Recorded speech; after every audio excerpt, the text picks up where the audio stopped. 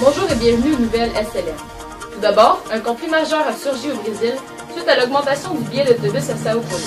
En effet, le gouverneur Geraldo Alckmin a haussé le coût du billet de 3 reais à 3,20 reais, soit une augmentation de 20 reais. Cette augmentation a été l'élément déclencheur d'une succession d'hausses de prix de services publics au pays. Les citoyens du pays sont mécontents puisque le gouvernement investit des dizaines de milliards de dollars pour la Coupe de football de 2014 ainsi que pour les Jeux olympiques de 2016, deux événements qui se produiront au Brésil. Les Brésiliens revendiquent de meilleurs services publics puisque ceux-ci sont en piètre état au pays. Ils vont même jusqu'à revendiquer la gratuité de ceux-ci. La présidente Dilma Rousseff affirme que la Coupe permettrait une meilleure santé publique ainsi que des infrastructures améliorées au pays. Paroles qui n'ont pas convaincu les Brésiliens. Le peuple démontre son mécontentement par des manifestations records qui durent depuis plusieurs jours au Brésil. Marie-France. Donc bonjour Stéphanie, en ce moment je suis actuellement au Brésil pour une autre manifestation, pour manifester contre leur mode mécontentement. Donc encore une fois la présidente Dilma Rousseff a annulé son séjour de 2 jours au Japon. Donc actuellement il y a plus d'un million de personnes qui manifestent. Donc si vous ne saviez pas déjà, la première manifestation est partie de Facebook. Elle a été la source de toutes celles qui ont suivi ensuite.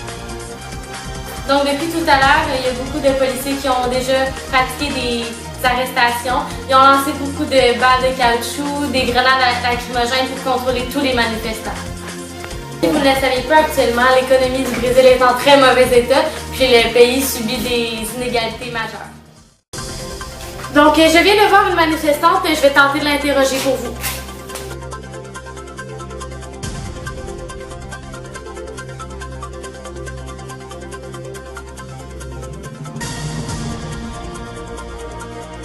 Madame, auriez-vous 2 minutes pour répondre à mes questions, s'il vous plaît? Ouais, bien sûr.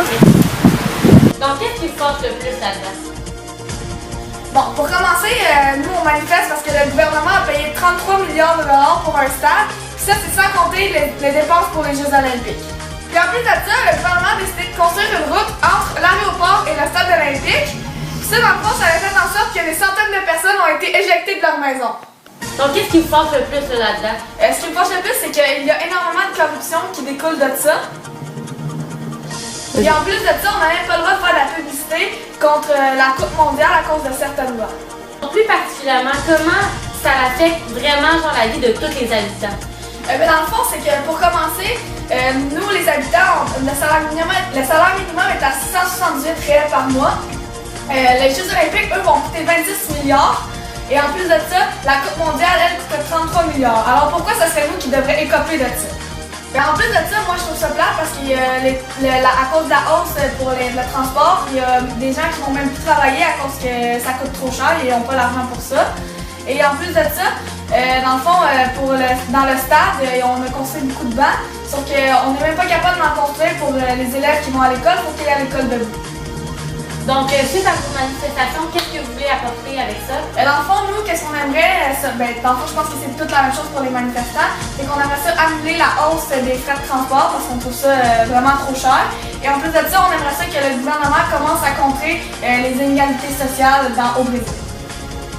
Donc, merci d'avoir répondu à mon petit questionnaire. Je vous laisse continuer votre manifestation. Merci beaucoup.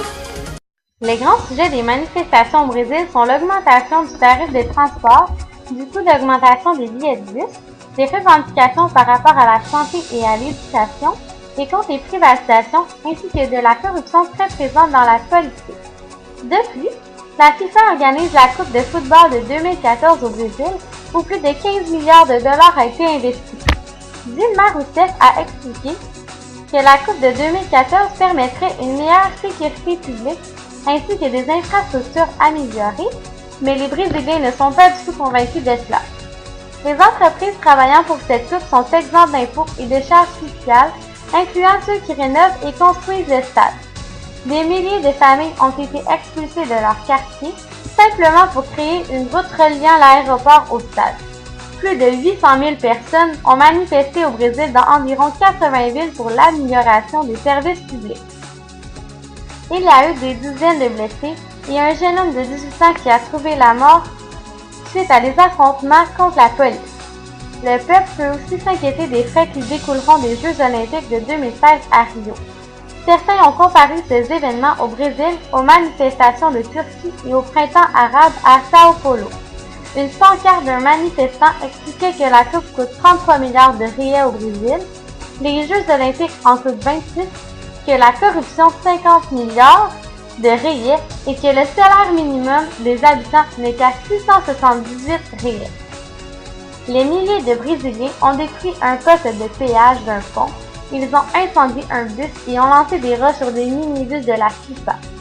Pour finir, un policier a également été blessé lors d'un incendie situé à 2 km du stade où se jouait un match entre Nigeria et Uruguay. Ce pays très inégalitaire possède même des jeunes qui ont fait la scolarité minimum et où 70% des 18-24 ans n'ont pas d'études supérieures. Par contre, ces 20 millions de Brésiliens éduqués ne représentent que 10% de la population. Malgré les mesures sociales mises en place par Luiz Inácio Lula, président de la République de 2003 à 2011 étant de gauche, l'inégalité n'a pas pu être vaincue puisque, même si les masses gagnaient, la bourgeoisie gagnait encore plus. Finalement, le Brésil a maintenant Dilma Rousseff comme présidente, et puis les habitants gardent espoir que cette présidente améliorera la situation du pays. Donc j'espère que vous en avez appris un petit peu plus sur les manifestations au Brésil aujourd'hui. De retour à Stéphanie. Merci Marie-France. C'est déjà tout pour aujourd'hui. Merci d'avoir été là et à la prochaine.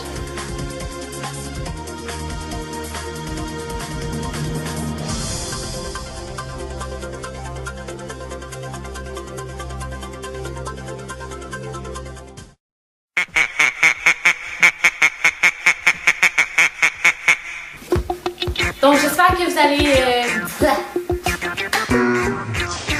C'est la danse des canards qui en sortant de la main se secouent le bas des reins et font et comme ces petits canards pour que tout le monde se marre remuer au popotin.